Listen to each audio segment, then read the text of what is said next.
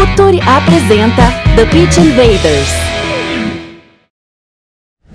Olá, futeboleiros! Olá, futeboleiras! Futuri Podcasts apresenta The Pitch Invaders, episódio 240. A gente já tem uma história aqui, sempre falando de maneira profunda e séria sobre o jogo. A gente não abre mão disso. Você já sabe, meu nome é Eduardo Dias. Estamos no ar em mais uma invasão futeboleira. Começando pelo line-up caseiro aqui. Gabriel Correia, nosso head de conteúdo, voando no YouTube. Pô, já convida todo mundo aqui para se inscrever no canal, dar o like, porque aqui a gente está no Spotify como áudio, mas também no YouTube, né, Gabriel?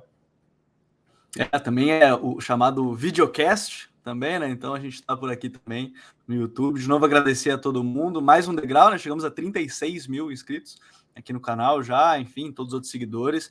Bora lá, porque, Dinho, os jogadores estão chegando aqui também no TPI, né? A gente falava com muito treinador, muito cara de dirigente, tá? Mas agora a gente tem que falar também com os jogadores, os caras que também sofrem a pressão diária, até mais do que os outros, inclusive, quando estão dentro de campo, sempre encontrei o erro, coloca sempre em cima do jogador, tudo em cima dele em alguns momentos, mas vamos falar com mais um cara que está dentro de campo, numa liga que está crescendo cada vez mais, e eu acho que é muito interessante para a gente falar sobre isso. Demais, a gente está aqui com quem está com skin in the game, quem está arriscando a própria pele na arena. É um imenso prazer receber aqui no TPI João Paulo Mior, atleta do Seattle Sounders da MLS. Seja bem-vindo ao Futuri, João. Valeu, obrigado. Agradeço muito pelo convite aí, Eduardo e Gabriel. Vamos falar um pouco aí do soccer, né? Vamos abrir lá um pouco como é que funciona, como é que eles estão pensando por lá. Demais. Invaders, vamos invadir o campo com João Paulo Mior. Bora lá, falando sobre um ponto muito importante do contexto que a gente quer. A gente aqui, João, a gente sempre começa a primeira pergunta sobre contexto, mas como a gente vai falar todo o episódio sobre um contexto um pouco diferente para a nossa indústria do futebol brasileira aqui, eu vou começar com um ponto que eu acho muito importante. Aqui no Futuri a gente tem um departamento de inteligência de mercado. Talvez umas 3 janelas atrás, uns 2 anos atrás, a gente fez um serviço para um clube da MLS para identificar jogadores com um perfil, inclusive fantástico o perfil que eles buscaram, porque eles sabiam exatamente o jogador que eles queriam. E não foi muito difícil fazer isso. Mas logo em seguida eles nos reportaram o seguinte: não, tá maravilhosa a lista, mas na próxima vez que a gente conversar com vocês, converse com o agente dos jogadores para saber se MLS para eles é interessante, é viável, porque aquela época, 6 janelas atrás, 2 anos, quem sabe 2 anos, anos e meio atrás, ainda aqui no Brasil, não, MLS não, meu caminho é Europa, eu quero, é tudo muito centralizado na Europa, né? Parece que é um caminho natural. E agora, incrivelmente, João, já existe uma rota comercial Estados Unidos e Europa, levando jogadores para grandes clubes lá. Como é que foi o teu convencimento para ir para a MLS? O que te fez aceitar a proposta, João? Tu conseguiu antever isso? Tu foi identificar para onde estava caminhando toda aquela indústria? Bom que o principal motivo se tratava de um dos melhores times, né, dentro da MLS. Talvez recentemente o time que tem mais sucesso, né, nos últimos anos.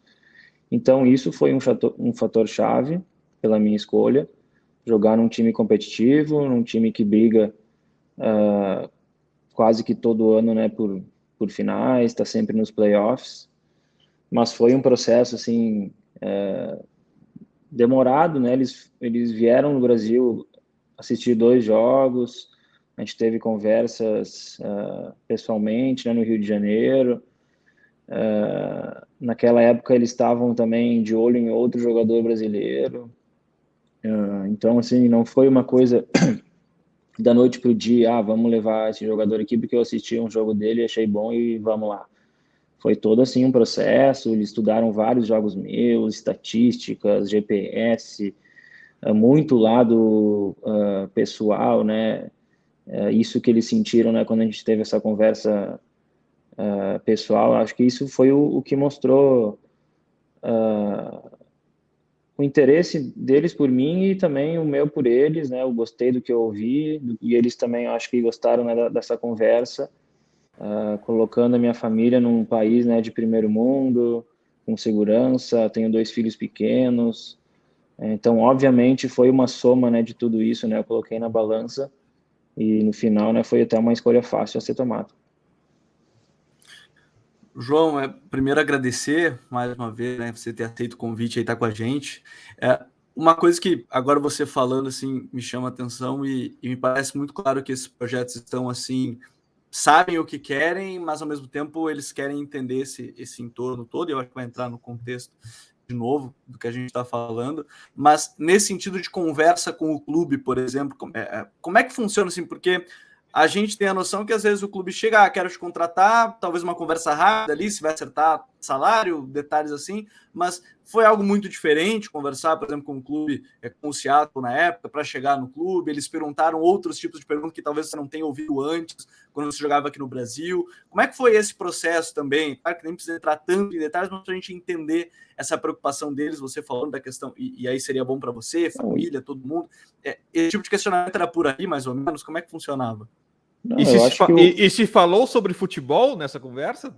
Mas assim, umas coisas que mais me chamou a atenção foi eles terem me perguntado se eu era casado e se eu tinha filhos. Por que disso, né?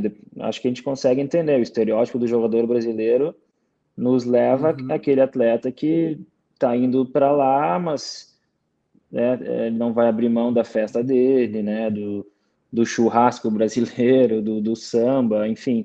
A gente sabe que isso vem na bagagem do atleta brasileiro. Pacote. Tá no pacote. Então, assim, eles querem se certificar que o João Paulo não era baladeiro, que o João Paulo não ia para lá para querer conhecer, fazer turismo nos Estados Unidos, tudo isso, né? Então, eu acho que essa conversa vai de encontro a isso, assim, eu estou levando um jogador que é profissional, que ele está indo para lá para nos ajudar, para contribuir, e não só para ir lá a passeio e usufruir, né, das vantagens, né, do lado americano. Então, foi muito em relação a isso. Eu não consigo lembrar assim, exatamente outras perguntas, mas assim, 80% das perguntas foram mais questões assim, pessoais, do João Paulo pessoa, né, porque acaba que o lado profissional, o atleta, eles conseguem, né, ver acompanhar, né, no dia a dia, nos jogos lá, enfim, quando eu estava no Botafogo. Então é muito mais esse lado pessoal. João, outro ponto que para o futebol brasileiro é um pouco diferente não só a forma de contratação, mas a quem legalmente o João está vinculado lá. Tu és um atleta, eu estou falando na questão jurídica da compra dos direitos econômicos, direitos federativos. És um atleta que foi adquirido pelo Seattle ou pela MLS? Como é que funciona isso? Eu sou um atleta da liga, né? É isso, quando eu conto, muita gente fica surpreso, né? Porque, claro, né? Quando eu falo para alguém, eu falo o nome do time que eu jogo, o clube, né? Mas hoje eu sou um atleta. Para encurtar a história, né? Para não tomar tanto tempo, assim, mas eu sou um atleta da liga, eu tenho contrato lá, eu assino o contrato juntamente com a liga, né? Com a Major League Soccer, né? E aí eles estão me cedendo para a franquia do Seattle Sounders, e aí que começa tudo, né? Eles têm um controle absoluto, o pagamento é por eles, é tudo diretamente com a liga. A partir do momento que o clube quer se desfazer ou fazer uma troca, é tudo a liga que vai gerenciar, vai me jogar lá no outro time, numa outra franquia, e é assim, é tudo controlado por eles. João, dentro de campo, aí a gente fala de uma mudança de liga, e quando a gente acompanhava você aqui no Brasil também, a gente viu um cara que era muito polivalente no meio, né? Jogava em várias posições, em várias necessidades, você conseguia fazer diversas funções, e isso acho que desde o período que você surgiu aqui no Inter, aqui no Sul. E aí, quando você chega na liga, até quando a gente conversava com o Dani Moraes, né, num dos últimos TPIs, ele brincava, ele chegou lá e ele era um cara que era líder de assistência, mas também líder de desarme, o que era uma surpresa para o pessoal da própria liga, um cara que participava das duas fases do jogo num certo momento. Como é que foi a sua chegada? Assim, o que você sentiu de diferença quando a gente fala da Liga Brasileira e da Liga norte-americana já de cara, assim, que você sentiu, nossa, é bem diferente, seja positivo, negativo, como é que você sentiu essa diferença aí da MLS para a Liga Brasileira? Eu acho que em questões técnicas a liga lá ela está evoluindo. O ano de 2021 já foi bem melhor do que o 2020. Obviamente ainda não está no mesmo nível de uma Série A, né? Se a gente pegar os grandes clubes brasileiros com os grandes de lá, essa tem uma disparidade técnica ainda. Mas eles fazem um futebol muito competitivo, muito físico. Enfim, acaba que se torna um jogo muito difícil de se jogar. Eu tentei entender o quanto antes, né, esses fatores, né, essas diferenças, né, do futebol brasileiro para o americano, e tentei colocar, né, o que eu tinha de melhor. Esse último ano acabou que isso ficou muito visível, né, primeiro a gente estava sem o Lodeiro, né, então eu tinha que ser um cara que ia subir mais, que ia tentar dar o último passe. Em 2020, com ele jogando, eu me concentrei mais em fazer essa transição defesa, ataque e marcar. Agora, nesse último ano, eu tive que, né, me desdobrar ali e fazer essas duas funções, e os números, né, acabam mostrando isso, né? Eu tive mais de 10 assistências no ano, tive o maior número aí de desarmes, né, no time, um dos maiores da liga. Então teve com essas minhas características eu pude me destacar, né, e é uma coisa que eu consigo fazer até naturalmente, né? Eu sempre fui um jogador, eu tive a formação de volante no Inter, depois subi o profissional já como um meia ofensivo. Os primeiros anos como profissional, né, também como um meia mais ofensivo, jogando às vezes até como um ponta na beirada, né? No Inter eu fiz algumas vezes assim que eu nunca tinha feito antes. E aí depois, quando eu comecei a dar uma rodada aí no Brasil, no Santa Cruz, que eu me concentrei mesmo de novo, né, como um segundo volante, foi que eu comecei a evoluir e as coisas começaram a melhorar na minha carreira. João, a gente falou aqui no momento da contratação uma análise, inclusive, de um estereótipo até um pouco preconceituoso do mercado externo em relação ao jogador brasileiro, mas enfim, é o que acontece de verdade. Mas esse lado físico do jogo, essencialmente de transição, é muita transição no jogo da MLS de maneira geral, também afasta um pouco o jogador brasileiro daquele mercado, principalmente em comparação aos jogadores argentinos, mexicanos nem se fala pela proximidade, mas o tipo de jogo físico e de transição, tu acha que isso também limita um pouco o mercado para o futebol brasileiro? Hoje já bem mais veloz que há 2, 3 anos atrás, tem crescido muito nisso, mas é um limitador também desse mercado? Eu acho que não, eu já não vejo mais assim. O que acontece, né, que eu posso falar, assim, jogadores da minha posição, como os meio-campistas de anos atrás, aquele velho número 10 que jogava ali entre as linhas e ficava ali e só pegava o primeiro volante e esperava o time recuperar a bola para jogar. Isso hoje no futebol mundial já não cabe, né, tanto, né? É muito difícil ter um jogador jogando com essas características. Então, o 10 aquele, ou ele vai aprender a marcar e vai voltar como virar um 8, ou esse 10 ele vai ter que abrir um pouco a passada e virar um cara mais ofensivo. Enfim, tem isso, né? Mas, obviamente, né, o mercado americano ele se torna mais viável para jogadores argentinos, uruguaios, pelas características, né?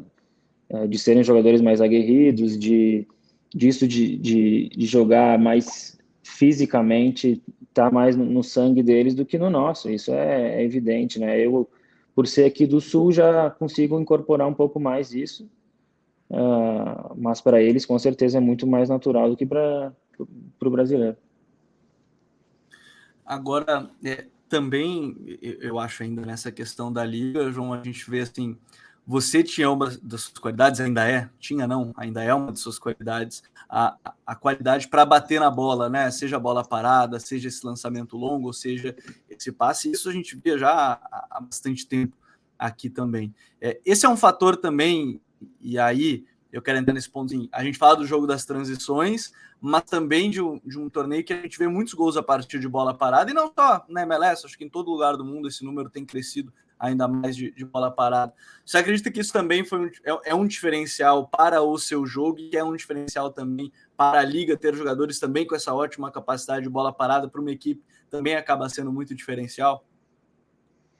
A bola parada decide, né? Não é aquele clichê, né, que todo mundo fala, é verdade. Hoje em dia, um adversário estuda o outro. Ninguém arma mais equipe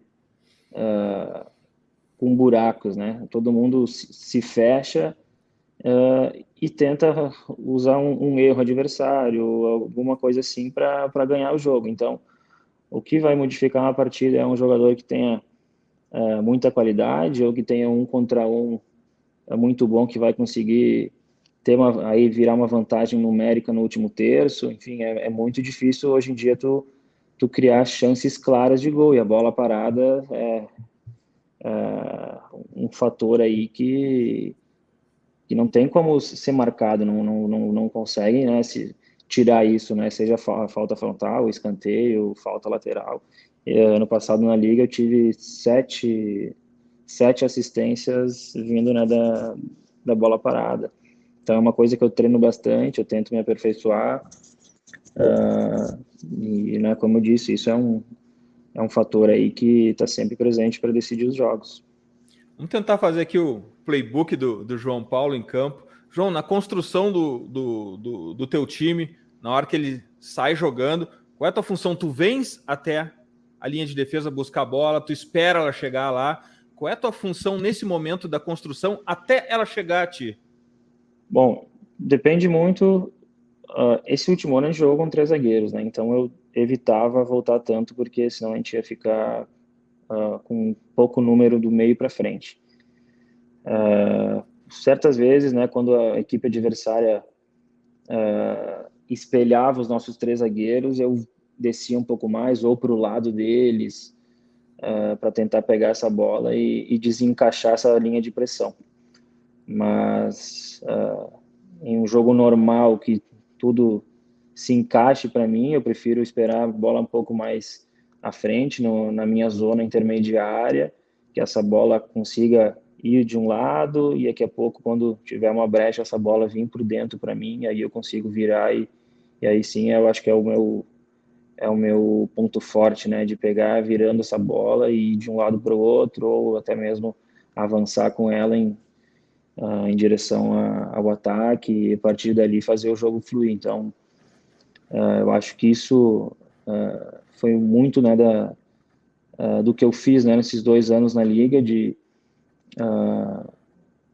entender o momento de pegar a bola e fazer o time jogar, né, seja às vezes ser um pouco mais ofensivo, de forçar uma bola quando tem que forçar, ou às vezes também de calma aí, vamos rodar mais uma vez, vamos ter um pouco de paciência, que agora não é hora de ser agressivo, vamos segurar a bola, vamos esperar mais um pouco.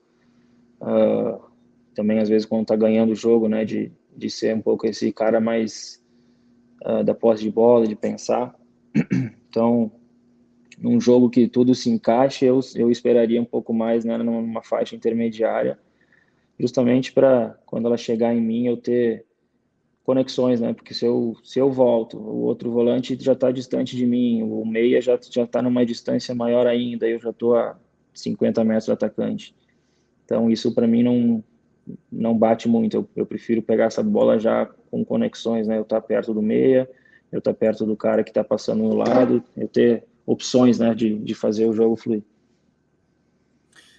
Isso é muito legal, Jim, porque nessa resposta acho que ela responde algumas coisas que eu tenho a impressão que às vezes a gente desvaloriza o jogador de entender o jogo. A gente tem visto essa evolução. O jogador sabe o que ele está fazendo. Assim, a gente costuma dizer, é muito fácil criticar o cara estando ali fora, ele critica tudo e não está ali dentro para ter essas reações dentro de campo.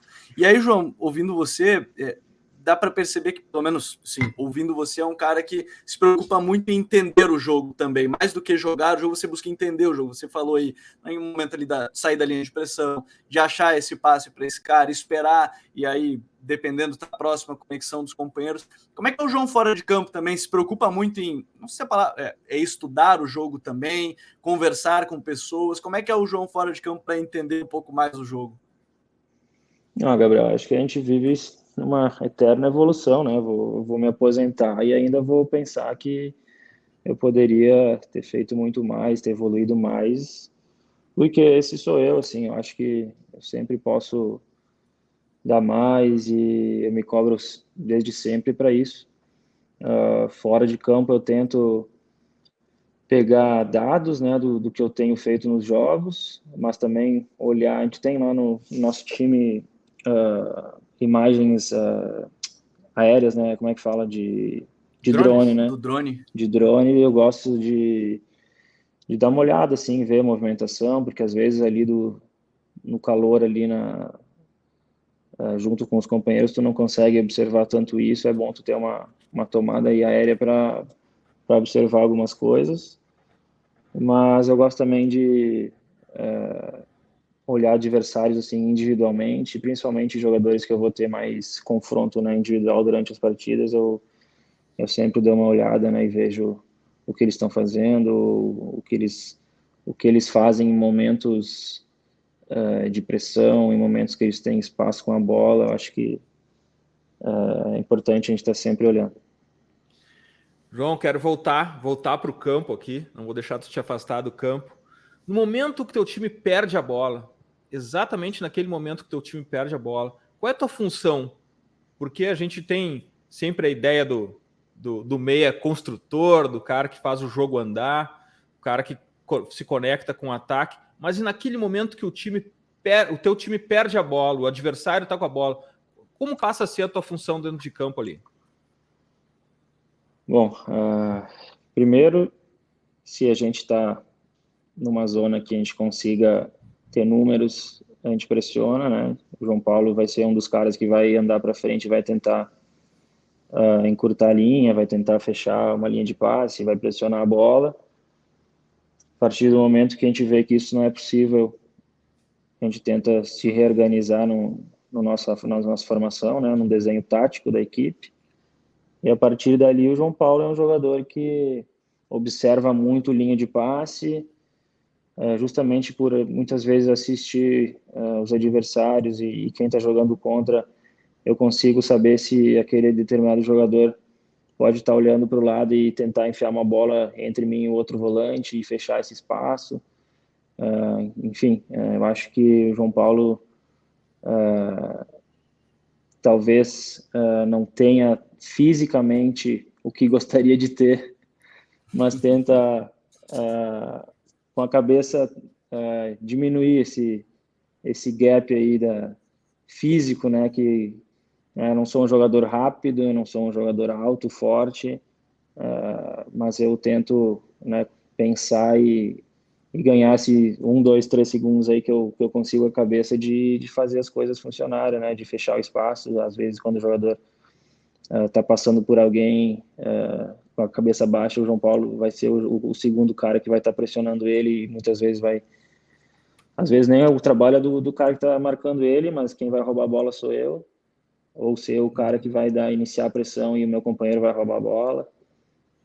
Vai ser o cara que, quando a zaga for tirar longe, vai estar voltando para pegar essa segunda bola, brigar pela segunda bola, tentar retomar a bola para a gente fazer a posse de bola novamente. Esse é meu trabalho, né? Às vezes é um trabalho sujo, que não aparece tanto, mas se tu me perguntar o que te dá gosto, né, de fazer, isso é do que me dá. Obviamente, né, eu prefiro ficar com a bola, mas fazer isso também me dá gosto, né, de ajudar na marcação, de fazer desarme, isso eu gosto muito também.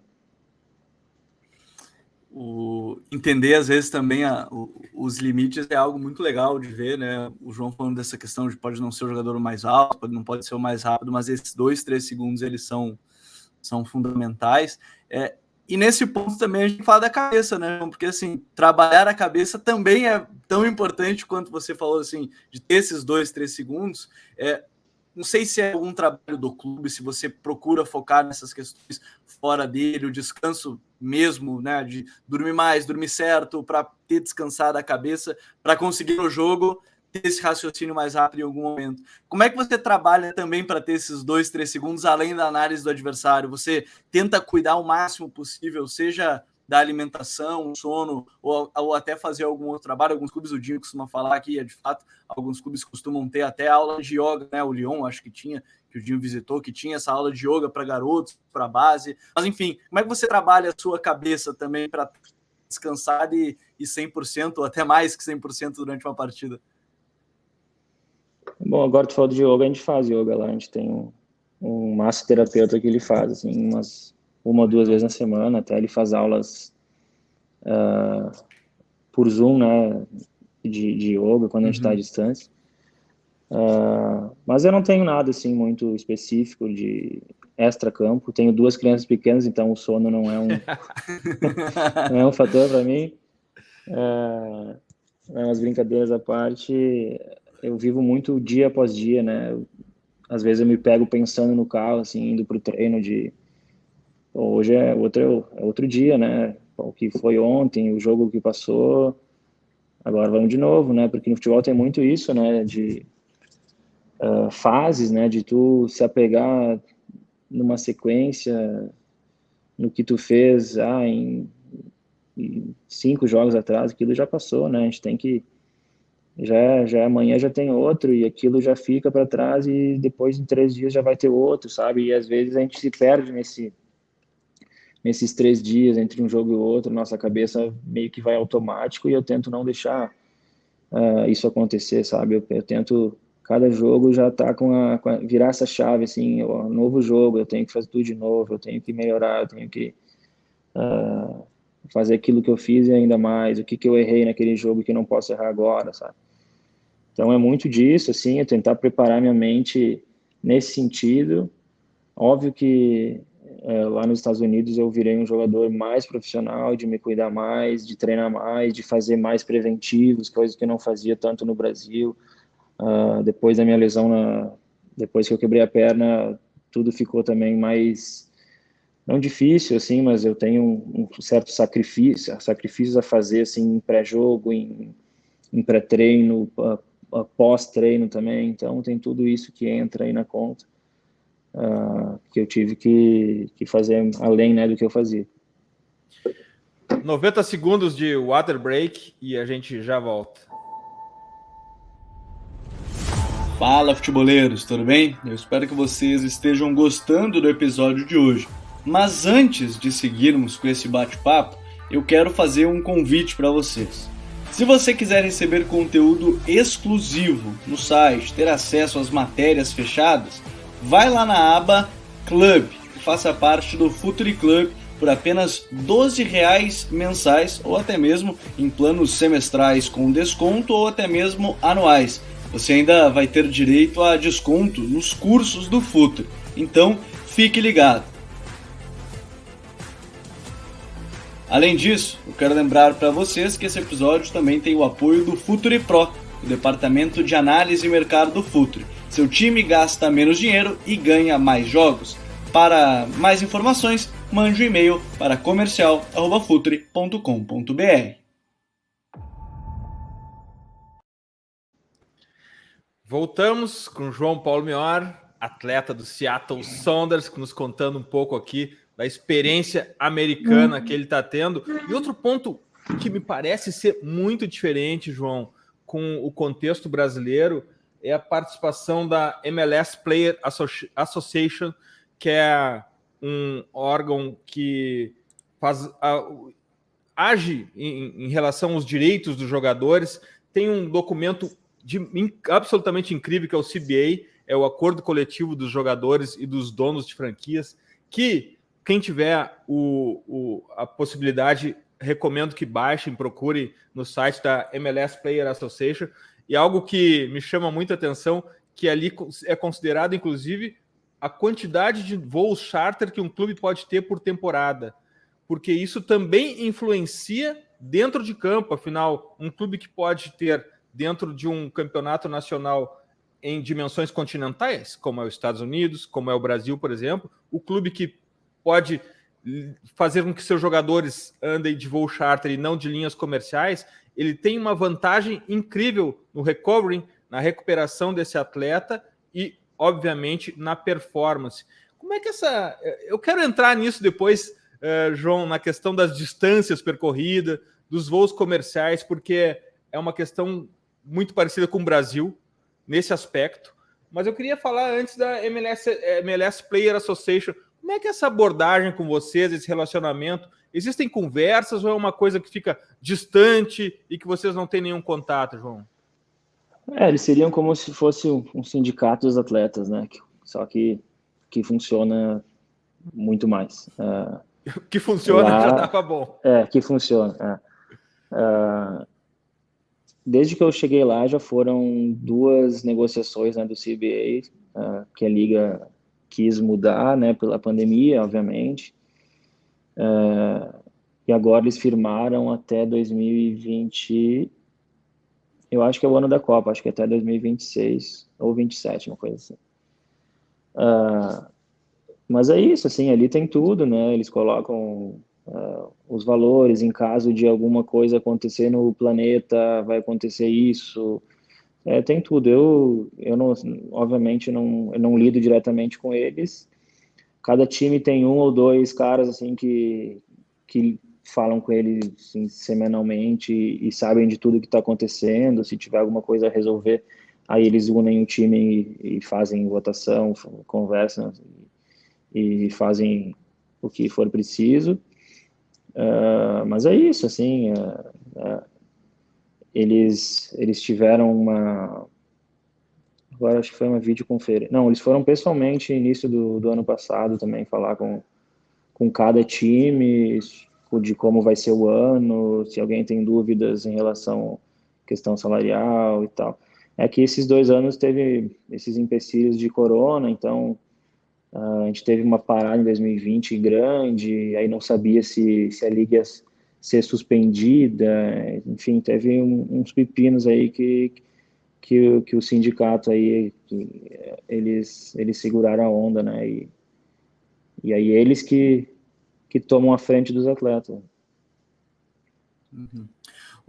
João, uma outra coisa que eu não sei como é que funciona aí no Seattle, mas creio que é assim porque estava dando uma pesquisada também sobre, mas a gente se surpreende em alguns momentos quando alguns clubes, e eu acho que, por exemplo, aqui no Sul ficou marcante o trabalho do Ortiz como trabalho individual para atacantes, de finalização, na época. Lá no Ajax, pelo menos é o que eu lembro dos clubes europeus de cabeça, tem um treinador para cada função, né? Você tinha o Van der Sar, antes de virar um dos dirigentes, era treinador de goleiros, você tinha o Bergkamp ajudando os atacantes.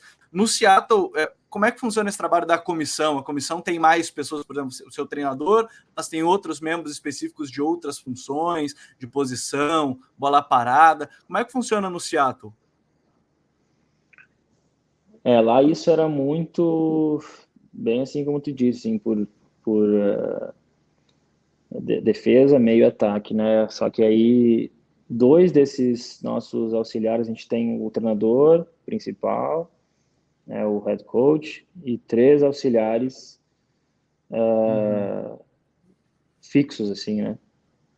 E mais um cara que é o que faz uma ligação com a base, assim, com o segundo time, né? E aí nós tínhamos o Gonzalo Pineda, que assumiu o Atlanta United agora esse ano que passou, que ele era o responsável, ele fazia muita parte tática do time, ele fazia saída de bola, assim, ele que quebrava a cabeça, assim, nessa parte mais tática. A gente tinha o Prec, que cuidava mais dos atacantes, né, ele também, são todos ex-jogadores, então, assim, eles, cada um ficava na sua área, assim, na sua função. E o Jimmy Traoré, que é aquele zagueiro que jogou no Liverpool no início de 2000, ele cuidava da defesa, aí ele e o Traoré e o Pineda saíram, e aí agora chegou o Fred Juarez, que era do Salt Lake, ele era o treinador principal lá, e aí ele foi, agora durante o ano ele foi pra gente lá de auxiliar. Então a gente ficou agora com o treinador e mais 2 caras, né, de auxiliar que fazem mais ou menos o que os outros 2 faziam, né? Então o que tinha de trabalho em 3, agora 2 assumiram isso. Não sei se vai entrar mais alguém agora nesse ano, mas lá funciona assim, né? Cada auxiliar ele vai trabalhar especificamente numa área assim, mais do que ele sabe mais, do que ele entende mais, né? E o treinador é um cara mais, o head coach lá, ele é um treinador que ele é um cara que faz a gestão, assim, é um cara que vai coordenar, que vai falar com quem tem que falar, que vai, se tiver algum problema, se tiver que falar lá com o cara que está lá em cima, o diretor, enfim, ele é um cara mais de coordenar, né, um coordenador, assim, né. Obviamente ele também dá o treino, ele fala bastante da parte tática, mas os auxiliares que têm mais trabalho no dia do treino. João, para voltar para a questão das distâncias percorridas, aqui no Brasil a gente tem um problema parecido, principalmente dos clubes que ficam no extremo, né, no sul e no nordeste do país. Seattle não fica numa região muito confortável. Agora eu fui pro extremo de novo lá, cara. Seattle não é necessariamente... Não é necessariamente central. Ele pegou todos os extremos, né, Ginho? Pegou todos os extremos. É Inter, é Santa... Pegou extremo em todos os lugares, né? No Rio eu não sofria muito com isso. No Rio era mais fácil. Lá, assim, esses 2 anos que passaram, a gente, né, que nem tu falou, a gente estava com um voo, com o charter, né, com um voo privado, né? Só que tem algumas distâncias que tu tem que ir 2 dias antes, não tem jeito. Por exemplo, se a gente vai jogar em Houston, a gente tem que ir 2 dias antes, porque são 5 horas e meia ou 5 horas, não sei exatamente, mas... E ainda tem o fuso, né? Tu viaja 5 horas e ainda tem 2 horas aí de fuso, ou 3 em algumas cidades. Então vai 2 dias antes, joga, e aí volta direto, sai do estádio, aeroporto, volta.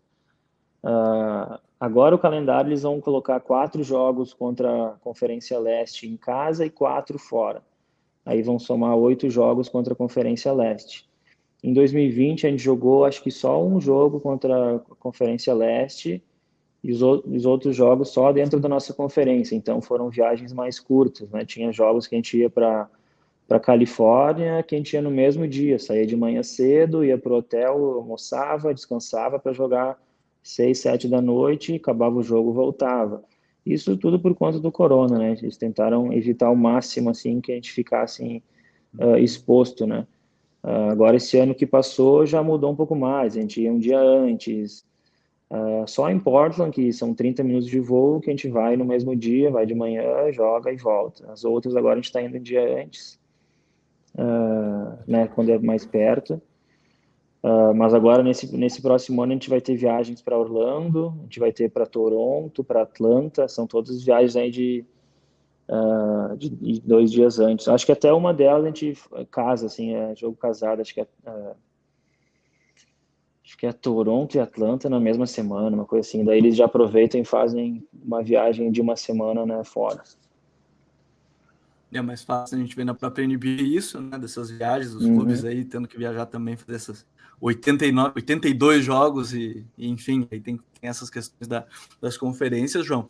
E aí eu queria entrar justamente nesse ponto, porque a gente está falando de, em alguns momentos, o jogador vai estar bem desgastado, ou enfim, está numa sequência de jogos, e no início do programa eu até falei, vocês são os caras que recebem a maior parte das críticas, apesar do treinador também receber críticas, independente do resultado, ele recebe por escolhas também. Como é que você vê essa questão das críticas em si, mas não necessariamente, eu não gosto dele porque ele é ruim, não. Essas críticas no sentido de parece que nunca tá bom ou que nunca tá certo, os caras que estão fazendo essas escolhas, ou vocês mesmo quando fazem algo dentro de campo, nunca estão certos, sempre que é o de fora que tá certo, né? E eu sempre digo que talvez quem tá de fora nunca erra, porque antes de começar, por exemplo, um jogo, a gente disse que era uma coisa, no meio do jogo já disse que era outra e continua mantendo a postura do cara certo nessa questão. Como é que você vê isso tudo? Porque parece que em alguns momentos a gente deixa de ouvir quem tá lá dentro para falar sobre esses temas, né? A gente se foca em outras coisas e não se fala sobre o tema o jogo. E aqui hoje você está falando sobre muita coisa relacionada ao jogo, falando sobre você, falando sobre esse estilo. Como é que você vê essa questão também que me parece que em algum momento também atrapalha, seja o rendimento de algum jogador, seja a pressão de maneira exacerbada? Como é que você vê tudo isso, João?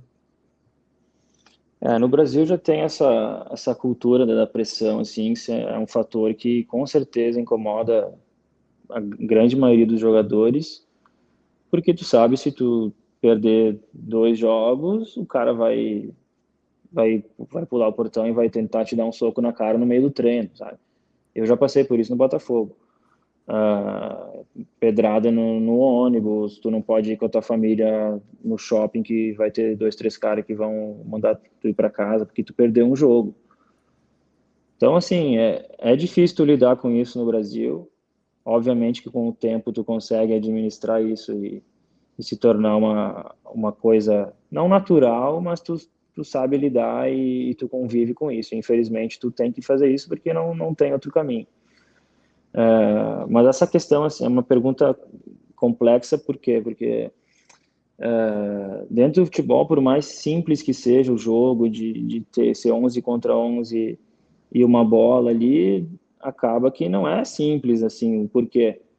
Porque de outro lado tem 11 caras que são bem treinados por um treinador que te estudou a semana toda. Tu tem que fazer uma semana boa, tu tem que fazer um plano de jogo bom para bater aqueles caras. Às vezes tu faz alguma coisa que tu espera que aconteça no jogo, e falo em questões táticas, né? E aí chega no jogo e a outra equipe entrou de uma maneira completamente diferente ou muda. E aí não é só eu, não sou eu que estou vendo aquilo. Eu preciso que os meus 10 companheiros enxerguem algo parecido comigo, porque não adianta eu falar assim, eles estão fazendo isso, vamos... Às vezes ali é tudo tão rápido que não dá tempo, tu tem que esperar um intervalo, tu tem que esperar uma parada para tentar ajustar alguma coisa. Enfim, tem coisas ali que tu não consegue mudar e é difícil, sabe? E aí, para quem está de fora assistindo, só vai enxergar aquele lance que tu errou, aquele gol que tu perdeu, a falha do goleiro, enfim, coisas que a gente já sabe, né? Mas tem N variáveis aí que entram num jogo de futebol que não é todo mundo que enxerga. E nisso de não é todo mundo que enxerga, eu acho que... Não sei se virou um 8 ou 80, eu acho que você vai poder responder melhor do que eu, obviamente, isso, João. Mas chegou um momento que às vezes se coloca tudo na conta do treinador, seja positivo ou negativo, ou tudo na conta do jogador. E você mesmo falou agora, você pode treinar às vezes a semana inteira e de repente o time adversário veio com uma ideia totalmente diferente, que não se trabalhou, e você falou da questão da parada para tentar reajustar. Como é que é? Eu não quero colocar nem em porcentagem, porque eu acho que isso é tão difícil quanto, mas como é que funciona também a questão de você decidir o que vai fazer dentro de campo, o trabalho com o treinador, porque é muito fácil dizer que o treinador pensou tudo aquilo, como é muito fácil dizer que o jogador decidiu tudo sozinho. Como é que você vê esse talvez meio termo do ponto de treinador e jogador convergir, né, de o treinador te dá uma instrução, mas em algum momento você tem que fazer a escolha no campo porque pode ser algo diferente. Como é que você trabalha essa questão ou você vê essa questão que virou um grande 880 às vezes no debate? Eu acho que as duas coisas andam junto, né? O trabalho do treinador e do atleta, seja na hora boa e na hora ruim. Aí o treinador treinou a semana toda achando que ia ser alguma coisa e não foi. Mas aí ele tem que também estar preparado para ter um plano B, o C, o D, né? De esperar alguma coisa diferente, de treinar alguma variação, né? De formação, de substituição, enfim. Isso ele pode fazer durante a semana e estar preparado para a partida, né?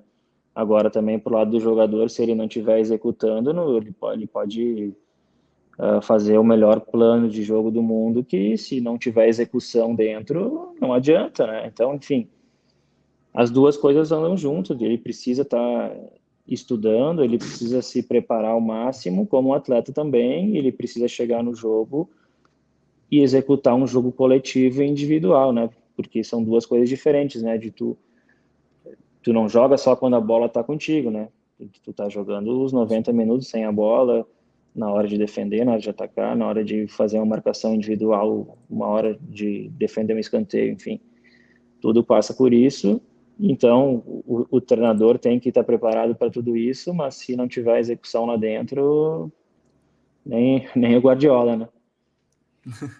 João, tu faz parte e estás exposto à maior indústria esportiva do mundo, a indústria americana de esportes profissionais. De alguma maneira, NFL e NBA te ensinaram alguma coisa dentro da tua performance esportiva ali? Tu aprendeu alguma coisa sendo exposto à cultura americana de esportes? Alguma coisa que impacta no teu jogo? Ou tu é só entretenimento mesmo para ti? Por enquanto, só o gosto mesmo, assim, de acompanhar. Eu já acompanhava antes, né, de ir para lá, principalmente o futebol americano, né? Eu gosto de parar e assistir. NBA eu acho um pouco chato, assim, porque tem muitos jogos e parece que não vale tanto até chegar aos playoffs, sabe? Parece que, tipo, é jogo que... tu pode perder 10 que os caras E vão os últimos recuperar 2 depois. minutos da partida, né? Isso. Aí, para mim, já não me pega tanto.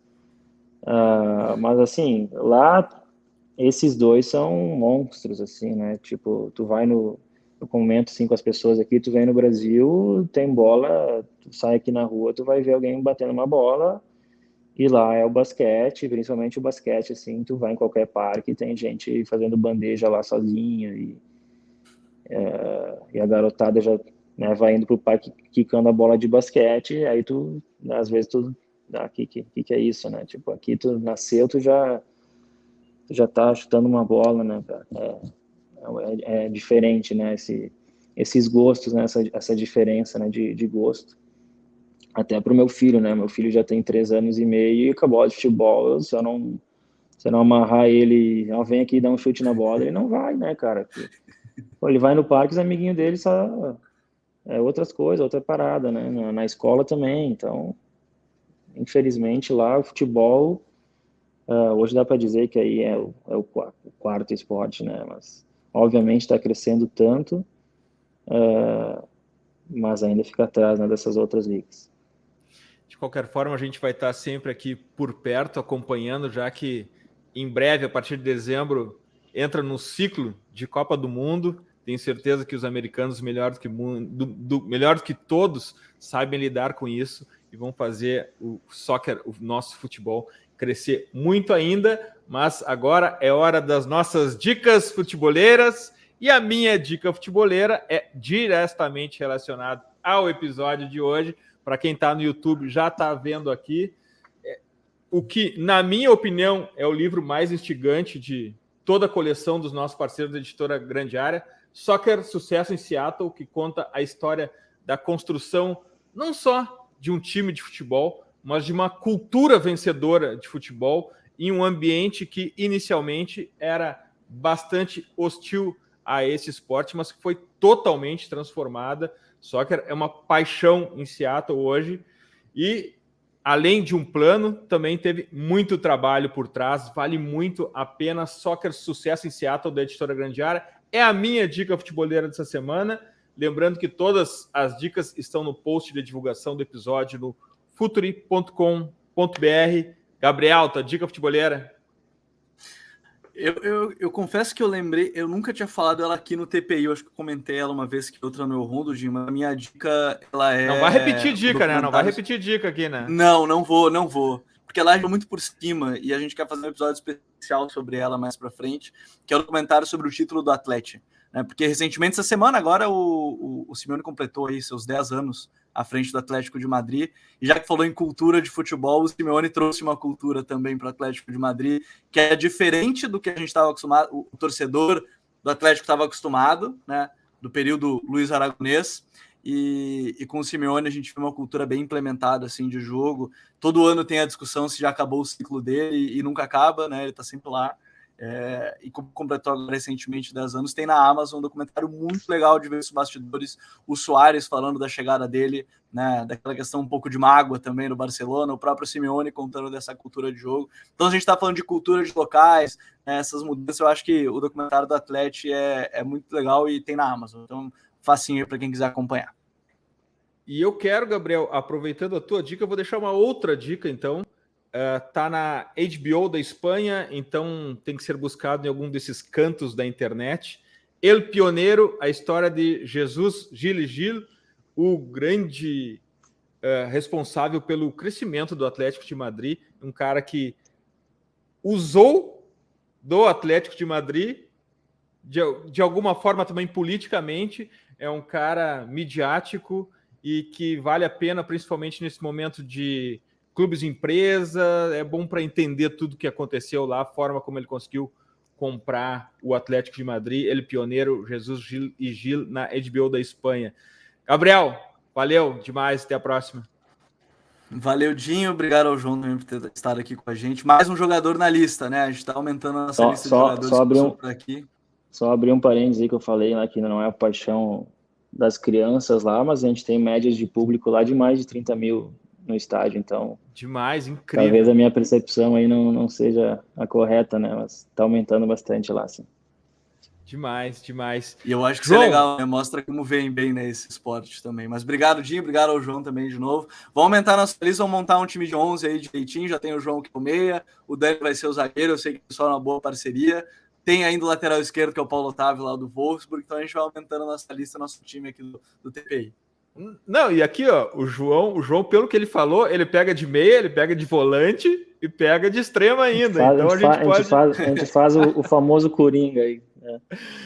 E aí, João, tua dica futebolera aí, o que tu deixa de sugestão para os nossos invaders aqui? Cara, eu li um livro ano passado, ele não é diretamente só no futebol, esporte, mas ele chama Mindset, a Psicologia do Sucesso. É um livro que fala desse mindset fixo, né, das pessoas que vão com as outras, que deixam a mente inoperante, assim, que ficam estagnadas, e um mindset de crescimento, que não importa a dor, os problemas, o que vai acontecer com elas tentam sair do lugar delas e procurar evoluir. Então, acho que é legal, assim, eu consegui absorver algumas coisas boas, né, desse livro.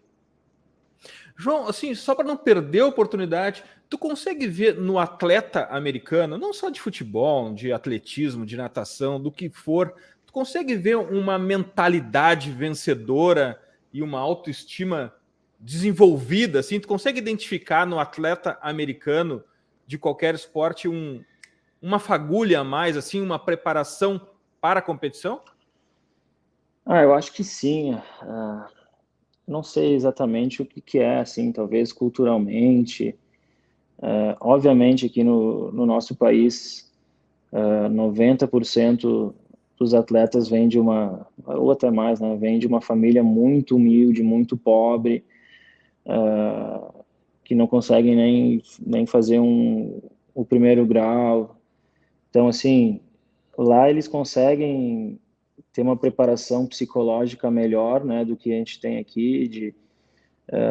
Eu acho que quando isso vem junto, né, de tu ter um apoio, né, acho que te traça melhor, né, para o futuro, seja para quando dá certo e também para quando, né, a carreira não segue adiante, né. E eu tive um colega lá em 2020 que ele tinha a mesma idade que a minha, né, eu estava com 30 em 2020, 29, e aí ele parou.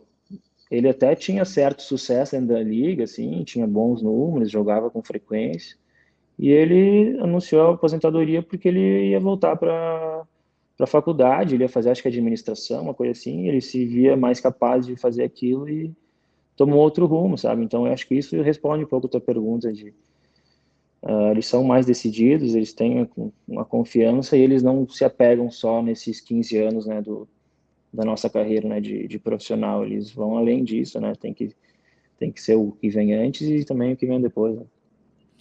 João, muito obrigado por compartilhares essa tua aventura americana, essa questão tão diferente do nosso contexto e, ao mesmo tempo, enriquecedora. Eu tenho certeza que tem sido uma experiência para ti também absolutamente incrível. Obrigado por estar aqui. A gente vai te acompanhar de perto lá no Seattle, valeu. Onde fores adiante. Valeu, obrigado, João. Obrigado, Eduardo. Obrigado, Gabriel. Valeu aí pelo convite. Um grande abraço para vocês. Futeboleiros, nós somos o Futuri e temos um convite para vocês. Pense o jogo. Abraço e até a próxima invasão. The Pitch Invaders. Futuri apresentou The Pitch Invaders.